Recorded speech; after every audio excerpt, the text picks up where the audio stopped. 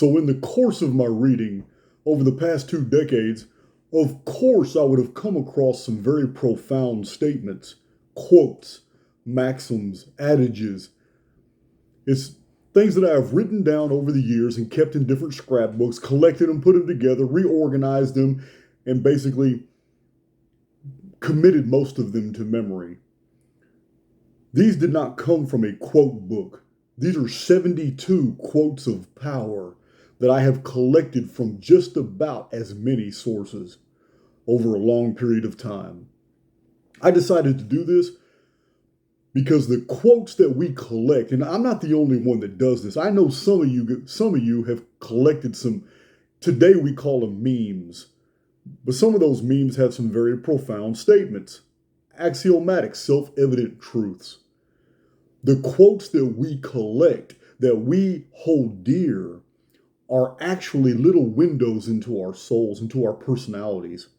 So this is what I'm sharing. These are the quotes that have impacted me, that have put me in the direction that I've gone and am going. So chew it all up and spit out the bones. Some of them might not be for you, but I think a lot of you are going to resonate with some of these statements. These are from different personalities, different time periods, different minds, who all had come in contact with different information. So take that into consideration when you're listening to some of these quotes. And this is something you can just play back over and over as you're driving. Commit some of them to memory. But in anything, like I tell you guys all the time, you just take from it what you can and let the rest go. If something doesn't fit, don't force it.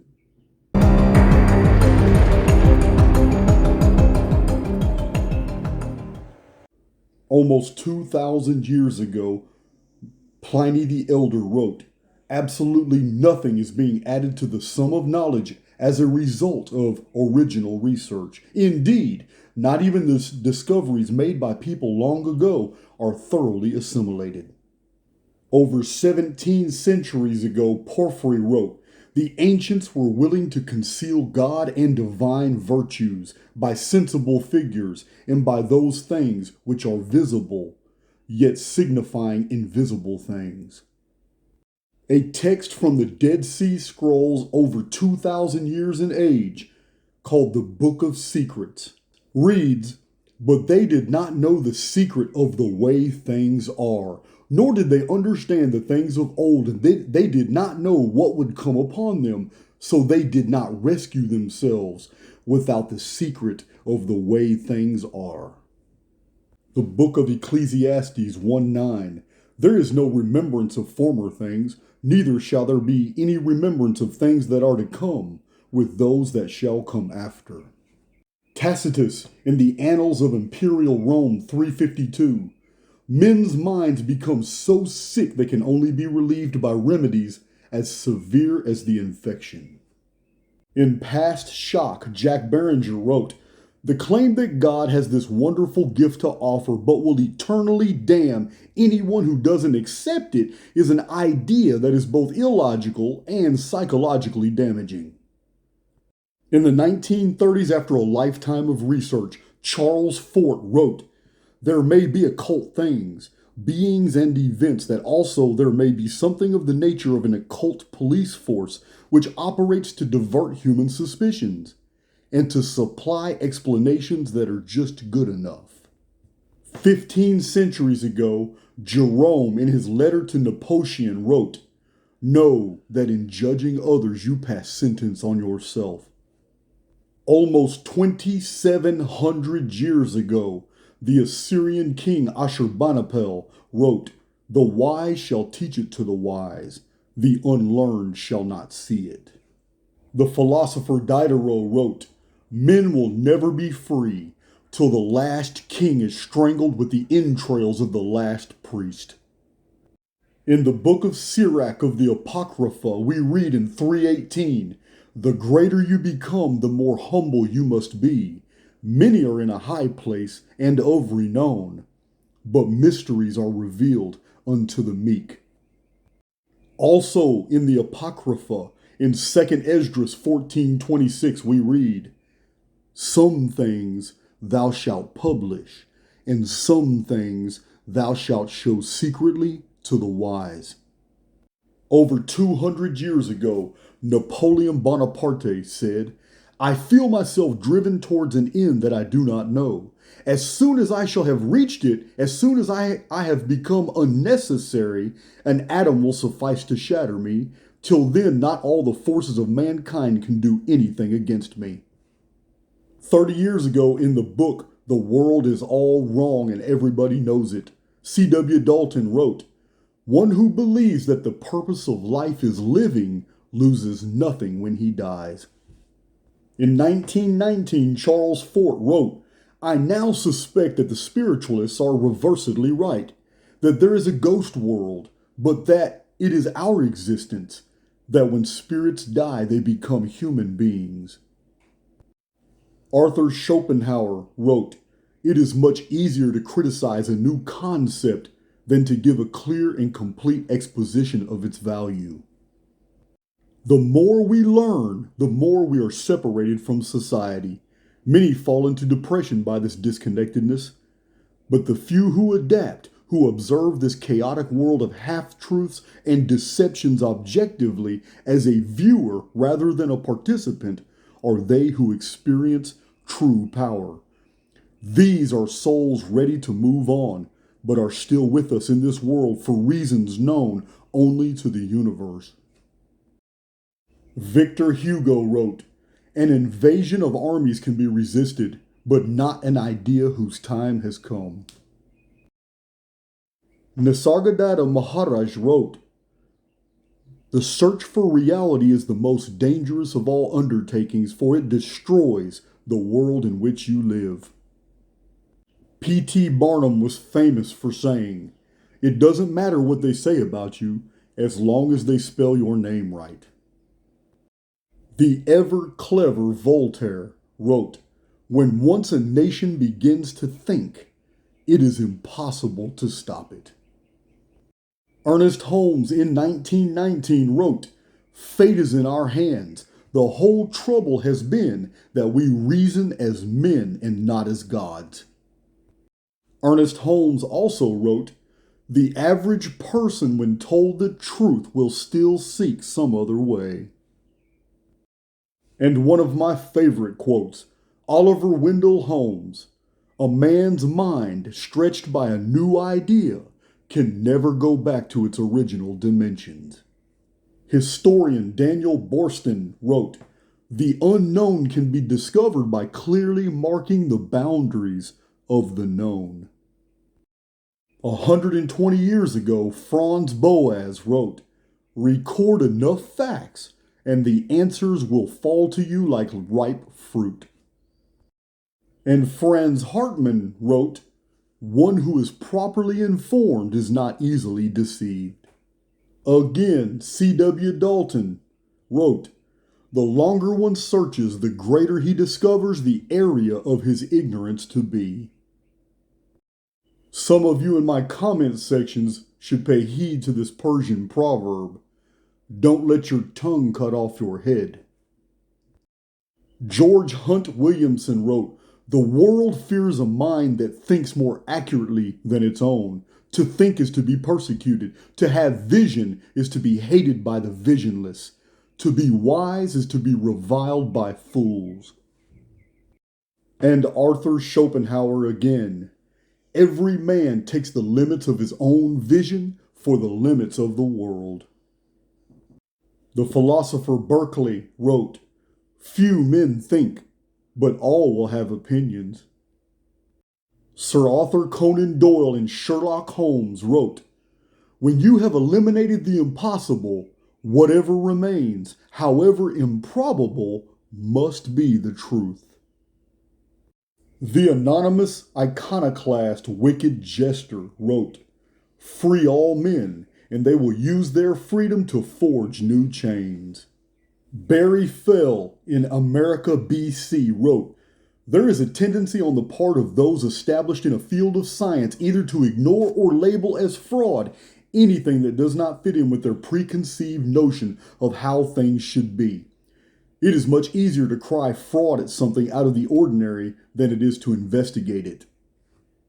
An old Chinese proverb, it is better to light one candle than curse the darkness. Charles Haanel in 1922 wrote, "Thinking is the only activity which the spirit possesses, and thought is the only product of thinking." My third quote from Arthur Schopenhauer, The World as Will. In order to acknowledge and freely admit the worth of another, a man must generally have some worth of his own. David Icke wrote, "No one is powerless, ordinary, or insignificant. To claim so is to say the divine infinity is also these things. If we change our imagination of ourselves, we can live our lives as the incarnate ocean and not as the disconnected droplet, as infinity and not only as far as the eyes can see." A couple centuries ago, Voltaire wrote, "Those who walk the well-trodden path always throw stones at those who are opening a new road." Henry David Thoreau wrote, "While civilization has been improving our houses, it has not equally improved the men who are to inhabit them." And I am in full agreement with Immanuel Kant. It is indeed true that I think many things with the clearest conviction, which I have never had the courage to say. But I will never say anything which I do not think. P.D. Ouspensky wrote, "Emotion unveils in the soul of man the development of powers so deeply hidden that by the majority of men their very existence is denied." In 1599, Matthias Quat wrote, "There will come a time when none of the secrets of nature will be out of the reach of the human mind." And again, my friend Voltaire, "Antiquity is full of the praises of another antiquity still more remote." In 1920, Albert Churchward wrote, "Thousands of years ago, the grand architect of the universe gave the old wise men of Egypt the written laws for everlasting life, as well as a doctrine of final things. These the human race has never been permitted to lose, and the foundation of our brotherhood was built upon these solid rocks, these truths. Although we have traveled far and long since our originals were in existence, we therefore have many innovations in our rituals on account of compilers of these latter days not understanding the originals. The substance, though, has never been lost." Over 220 years ago, William Blake wrote, "The man who does not believe in miracles makes it certain that he will never partake in one." In 1871, Franz Hartmann wrote, "If we are content to live in the opinions of others, we have no truth of our own." Another personal favorite, Friedrich Nietzsche, "That the whole world believes in something is already an objection to it." The famous philosopher Will Durant lived almost 100 years. He wrote, "We shall leave this world as foolish and wicked as we found it." M. Devereux wrote, "We live in a world where true evil disguises itself while pointing the finger at the innocent. They accuse their enemies of what they themselves are, and they always tell the exact opposite of the truth. It falls upon us to be diligent, recognize the players, agents of the simulacrum, the NPCs, the media and pop culture puppets of the elite. Intuition is your greatest defense." Wallace Wattles in 1910 wrote, "The man who can sincerely thank God for the things which as yet he owns only in imagination has the real faith." Henry Cornelius Agrippa, citing Iamblichus, wrote, "Inaccessible places become accessible for those that are divinely inspired." Helen Vandenman wrote, "There is no death because an opposite to God does not exist." Over a century ago, C.W. Sarum wrote, "For we need to understand the past 5,000 years in order to master the next 100 years." In 1914, in the epic work Tertium Organum, P.D. Ouspensky wrote, Future events are wholly contained in preceding ones. If we know all the past, by this we could know all the future. A 3,000-year-old golden inscription discovered in the famous tomb of King Tutankhamun of Egypt reads, "I have seen the past, I know the future." In 1659, Paracelsus wrote on Before the Flood, "At length this universal knowledge was divided into several parts, and lessened in its vigor and power. By means of the separation, one man became an astronomer, another a magician, another a Kabbalist, and the fourth an alchemist. Abraham, that volcanic Tubal Cain, a consummate astrologer and arithmetician, carried the art of the land of Canaan into Egypt." Emanuel Swedenborg in 1755 wrote, "The spiritual man feels quite independent, yet knows and acknowledges that he is led by invisible cords." Niccolo Machiavelli in Discourses 138 wrote, "Sometimes there are no good choices, and we are confronted with a situation when we need to take the lesser evil as the better alternative." Again, my buddy Arthur Schopenhauer in 1847 wrote, "There are more things that terrify us than there are that oppress us, and we suffer more in opinion than in reality." G.R.S. Mead in 1892 wrote, "There is no need for new revelation, but there is every need for an explanation of the old revelations and the undeniable fact of human experience." And Ernest Holmes again, 1919, "Fate is in our hands. The whole trouble has been that we reason as men and not as gods." In 1763, my buddy Voltaire, "It is better to remain silent and be thought a fool than to open one's mouth and remove all doubt." In The World's All Wrong and Everybody Knows It, C.W. Dalton wrote, "It is safer to be wrong with everyone than to be right alone." The great Benjamin Franklin, author of Poor Richard's Almanac, wrote, "Three can keep a secret if two of them are dead." And again, Helen Vandeman wrote, "Reality remains unknowable to us while we cling to our illusions." Physicist Massimo Citro wrote, "All the major thinkers have rightly perceived that bodies are illusions, representations of something else, and what we call existence is rather like a dream. But this secret has been hidden, transmitted only to those able to accept the terrible truth that we live in a fiction."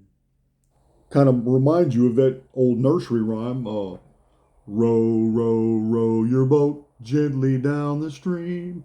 Merrily, merrily, merrily, merrily, life is but a dream.